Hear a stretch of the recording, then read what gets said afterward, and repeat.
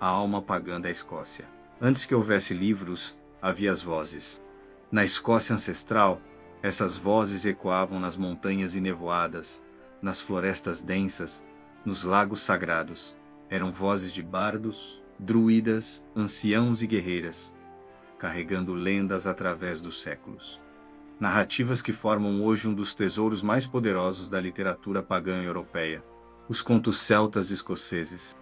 Essas histórias, transmitidas oralmente por milênios, falam de amor e guerra, honra e traição, sacrifício e renascimento. Elas não seguem a lógica cristã posterior, mas sim a lógica dos ciclos da natureza, da ancestralidade dos deuses pagãos que habitavam cada árvore, pedra e corrente de água. Neste vídeo, embarcaremos em uma jornada por algumas das mais marcantes obras e narrativas da tradição oral e literária pagã da Escócia. Iremos conhecer os personagens mais enigmáticos, entender os símbolos arquétipos por trás das histórias, e mergulhar em um mundo onde o real e o mítico se entrelaçam de forma visceral. A cultura celta nunca produziu uma literatura escrita na acepção moderna. Sua essência estava no oral, no efêmero, no canto que se desfaz no ar, mas permanece na memória dos clãs. A Escócia foi uma das regiões onde a tradição celta floresceu com mais força. Embora os celtas tenham vindo da Europa continental por volta de 700 a.C., foi nas Ilhas Britânicas que sua cultura se fixou de modo mais duradouro. A fusão de tribos gaélicas, pictas e britânicas gerou uma rica tapeçaria de mitos, que seriam depois transcritos em parte por monges cristãos, não sem filtros e adaptações. Muitas das histórias sobreviveram graças aos bardos, figuras sagradas que decoravam dezenas, às vezes centenas de histórias e poemas épicos, os recitando nas cortes e vilarejos. Entre os principais registros dessas histórias escocesas estão o ciclo feniano ou ciclo oceano, as lendas pictas, contos das Highlands e Ilhas Hébridas, narrativas xamânicas dos druidas e sacerdotisas. Um dos maiores heróis da literatura celta escocesa e irlandesa é Fionn mac Cumaill, também conhecido como Finn mac Coul. Embora mais conhecido na Irlanda, sua lenda ecoa fortemente nas terras altas da Escócia. Fionn é o líder dos Fianna, uma espécie de fraternidade de guerreiros caçadores que vagam pelas florestas protegendo o reino de ameaças sobrenaturais. Sabedoria através do salmão místico. Fionn ganha sua sabedoria ao acidentalmente comer parte de um salmão encantado, símbolo da fonte de todo conhecimento. De Armo e de Grain, uma história de amor proibido, na qual um dos Fianna foge com a prometida de Fionn, uma das narrativas mais trágicas da tradição. A Caçada de Sliabh Gubain, narração de uma caçada mítica onde o mundo dos vivos e dos mortos se entrelaça. Esses contos, embora com origem irlandesa, eram recitados em gaélico escocês e adaptados às paisagens e crenças locais. Antes da chegada dos celtas gaélicos à Escócia, havia os pictos, tribos guerreiras e xamânicas, que cobriam seus corpos com tatuagens ou pinturas de guerra, e cujos costumes eram profundamente enraizados na natureza. As histórias pictas não sobreviveram na forma de livros, mas seus ecos podem ser sentidos em símbolos como as pedras pictas, com entalhes de animais místicos, símbolos solares e serpentes. Contos da deusa Cailleach, figura ancestral associada ao inverno, à criação das montanhas e ao controle das forças naturais.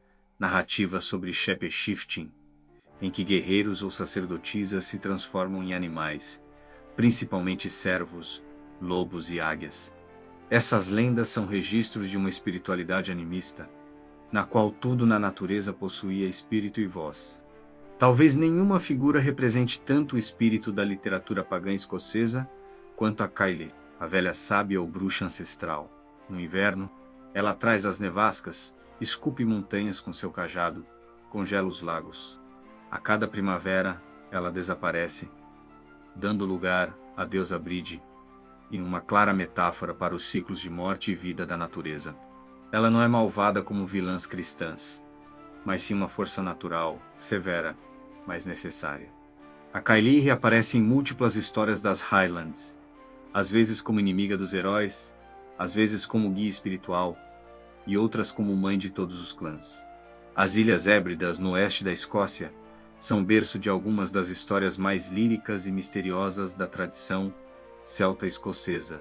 Ali, o mar é entidade viva, e muitos contos giram em torno de criaturas como selkies, focas que se transformam em humanos ao tirar sua pele.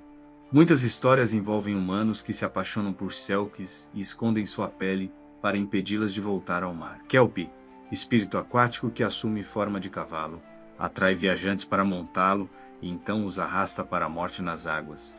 Cleodina e os lamentos das Banshees, figuras femininas associadas à morte e aos presságios.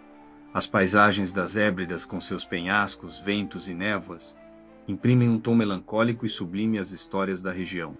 O papel dos druidas como xamãs, juízes, historiadores e filósofos é essencial na literatura pagã da Escócia. Eles não apenas mantinham os mitos vivos, mas também interpretavam o mundo através deles.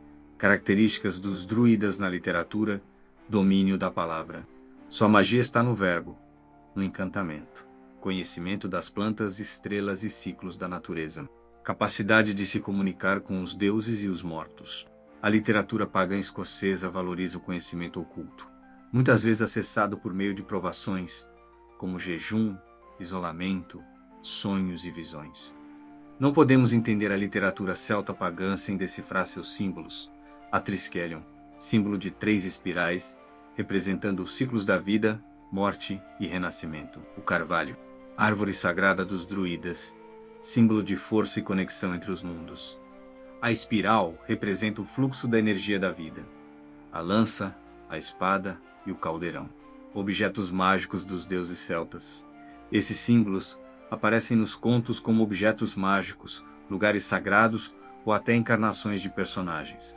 Com a chegada do cristianismo, a partir do século V, muitos dos contos pagãos foram reinterpretados. Heróis passaram a agir segundo princípios cristãos, e deuses foram transformados em demônios ou santos. Mesmo assim, os mitos resistiram. Muitos monges copistas registraram os contos antigos em manuscritos, como o Book of Deer, manuscrito escocês do século X, preservando parte da herança celta. Até hoje os contos ainda vivem nas narrativas orais das Rylands, canções gaélicas, rituais neopagãos contemporâneos.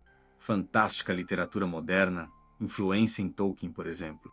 As histórias que ouvimos hoje são apenas fragmentos, ecos de um tempo em que a vida estava entrelaçada com os ciclos da natureza, com os deuses antigos e com o mistério da existência. A literatura pagã e os contos celtas da Escócia não são apenas lendas esquecidas. São espelhos da alma humana, registros profundos de como nossos ancestrais compreendiam o mundo, a morte, o amor e o sagrado. Neste vídeo, mergulhamos em alguns dos personagens e temas mais emblemáticos dessa tradição mágica. Fionn e os Fiannas, a poderosa Kayat, os Selkies das Hébridas, os mistérios pictos, os druidas e seus saberes, as pedras gravadas com símbolos cósmicos, os rituais e os mitos que sobrevivem até hoje na bruma das montanhas escocesas. Mas ainda há muito mais a ser contado. Nos próximos capítulos, que ficarão para a parte 2 deste vídeo, exploraremos as histórias completas dos grandes ciclos narrativos, as influências desses mitos na literatura moderna e no imaginário coletivo europeu, além da presença viva desses contos na cultura escocesa contemporânea. Se você se encantou com essas histórias, inscreva-se no canal Vivendo de Literatura, curta este vídeo, ative as notificações e compartilhe com alguém que também ama mitologia, literatura antiga e as vozes que resistem ao tempo. Nos vemos na parte 2 dessa jornada pelas brumas encantadas da Escócia. Até lá, e lembre-se, aquele que ouve uma história celta nunca mais caminha sozinho.